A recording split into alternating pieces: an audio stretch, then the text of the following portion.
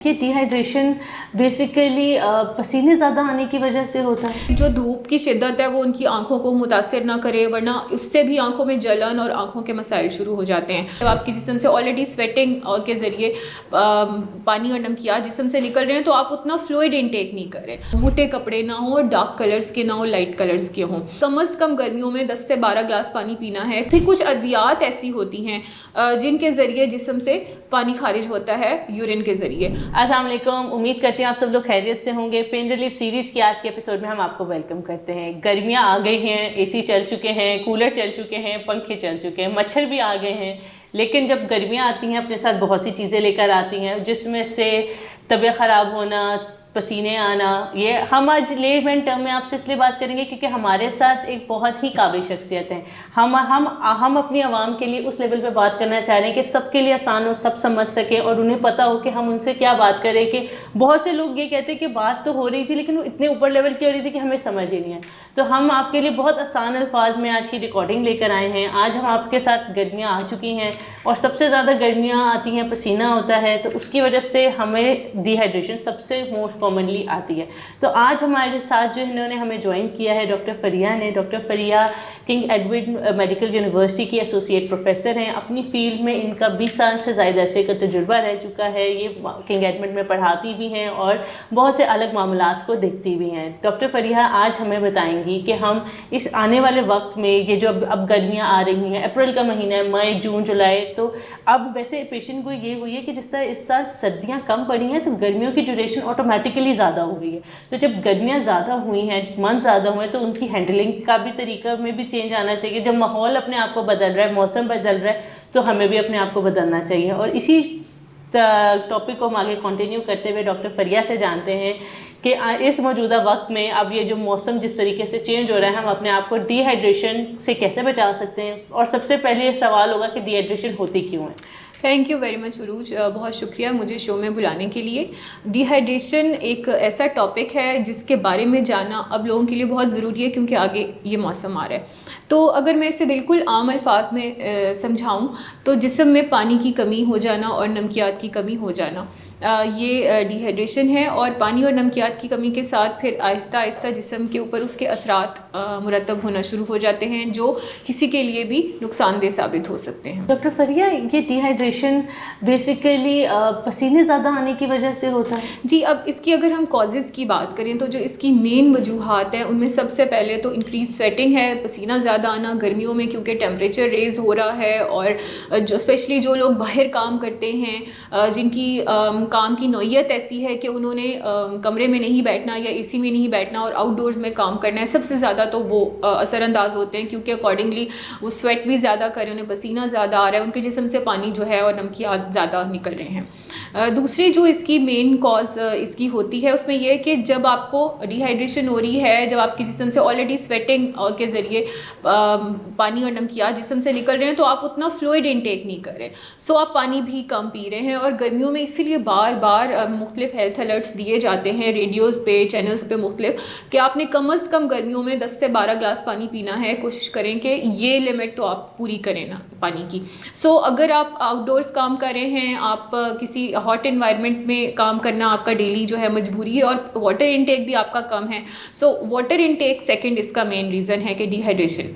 अच्छा, तीसरी जो इसकी एक मेन रीज़न है वो है डायरिया और वॉमिटिंग। और वो हो सकती है किसी भी निज़ाम इंहिज़ाम की ख़राबी की वजह से, पेट ख़राब हो गया है तो उसकी वजह से डायरिया हो गया है, या वॉमिटिंग बार बार हो रही है तो उससे भी जिस्म में पानी और नमकियात दोनों की कमी वाक़ई हो जाती है। ये 3 मेन फैक्टर्स हैं डिहाइड्रेशन के। फिर कुछ अद्वियात ऐसी होती हैं जिनके ज़रिए जिस्म से पानी खारिज होता है यूरिन के ज़रिए। तो अगर वो अद्वियात आपकी ज़िंदगी में शामिल हैं और उनकी कोई डोजेज जो है इस तरह की है कि जिस्म से मुसलसल पेशाब की सूरत में पानी बाहर निकल रहा है, तो again that is another cause. But जो मेन कॉजेज़ हैं दे रिमेन द सेम, जो शुरू में मैंने आपको 3 बताई हैं।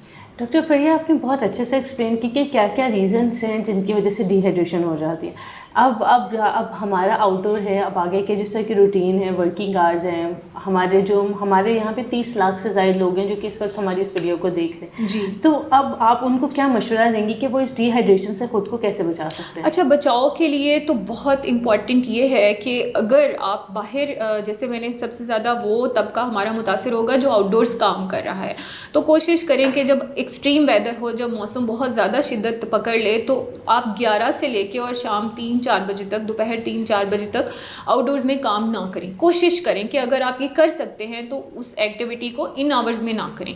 आप early hours of the day पे काम को ले जाएं अगर आप ऐसा कर सकते हैं। जैसे हमारा मजदूर तबका है, तो अगर आप काम को सुबह 6:30-7 बजे या फजर के बाद शुरू कर लें, या फजर के बाद नहीं करना तो घंटा डेढ़ और लेट कर लें और फिर शुरू कर लें, देन 11 बजे तक कर लें, देन टेक अ पॉज, उसके बाद अगेन 4 ऑनवर्ड्स कर लें या 5 बजे के बाद थोड़ा बहुत कर लें।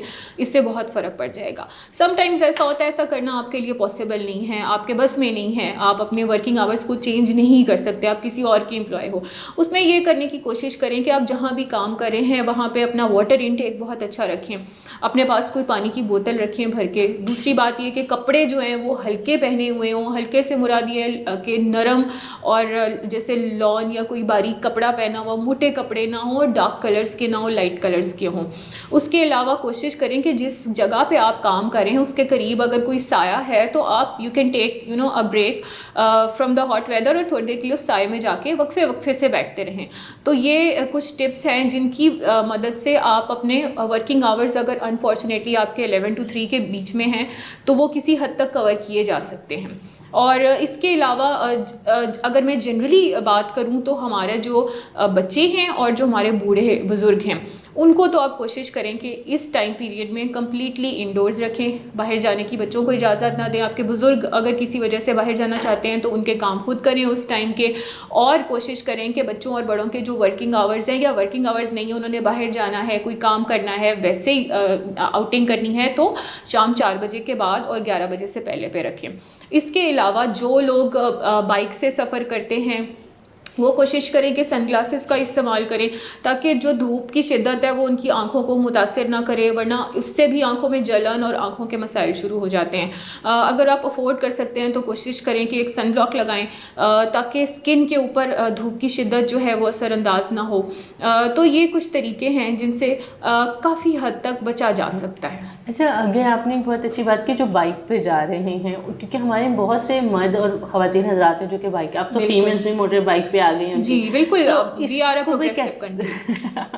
तो हम इसको कैसे अब बेहतर कर सकें, जो जिनका अब हेलमेट पहना है और उनके 1.5 घंटा मोटरसाइकिल पे अब उन्हें आना जाना, तो वो उनको आप क्या टिप्स देंगी? जी, उसमें अगेन यही कि सबसे पहले तो कोशिश करें कि जो कपड़ा है ना वो हल्का हो, बहुत ज़्यादा मोटा कपड़ा ना हो, बारीक कपड़ा इस्तेमाल करें पहनने के लिए। फिर उसके बाद कुछ ख़वातीनें जो गर्मियों में भी सिल्क की चादरें और अबायाज़ यूज़ कर रहे होते हैं, बाइक पे बैठे हैं और सिल्क की ऊपर चादर ओढ़ी हुई है या अबाया है, तो they can use a lawn abaya, they can use a lawn की चादर एज वेल। और कोशिश करें कि ब्लैक चादर या ब्लैक अबाया की बजाय लाइटर कलर्स की तरफ चले जाएं, और कोशिश करें कि सनग्लासेस भी लगाएं। तो ये काफ़ी चीज़ें हैं जो कवर कर लेंगी। प्लस वाटर बॉटल साथ रखें। बाइक जो चला रहा है ऑब्वियसली वो तो अपने साथ नहीं रख सकता, लेकिन अगर कोई पीछे उनकी ख़वातीन बैठी हुई हैं, घर वाले हैं, कोई बहन है, माएँ बैठी हुई हैं पीछे, तो वो एक छोटी बॉटल जो है वो हाथ में पकड़ लें पानी की, और वक्फे वक्फे से ख़ुद भी पानी पिएँ, और उनको जो बाइक चला रहे हैं उन्हें भी रोक के बीच में एक ब्रेक दी जा सकती है कि आप रास्ते में पानी, अगर आपका लॉन्ग डिस्टेंस है तो आप इस तरीके से मैनेज कर सकते हैं। बिल्कुल। Thank you so much doctor Faria, बहुत अच्छा इंगेजिंग सेशन था। आज हमने बेसिक टॉपिक हमारा रखने का मकसद ही यही है कि हमारी ये छोटी बातें हमें लग रही होती हैं लेकिन लोग इनके ऊपर ख्याल नहीं करते, जिसकी वजह से और ज़्यादा मसले, और वो कहते हैं कि सिर्फ ये तो सिर्फ 2 या 4 गिलास पानी पीने से मसला हल हो जाना था, हमने इसको इतना ख्याल नहीं किया और इस वजह से थोड़ी सी एहतियात goes a long way. Thank you so much doctor Faria. मैं उम्मीद करती हूँ हमारे नाजरीन के लिए ये रिकॉर्डिंग फ़ायदेमंद साबित होगी। इंशाल्लाह मिलते हैं पेन रिलीफ सीरीज़ के नेक्स्ट एपिसोड में।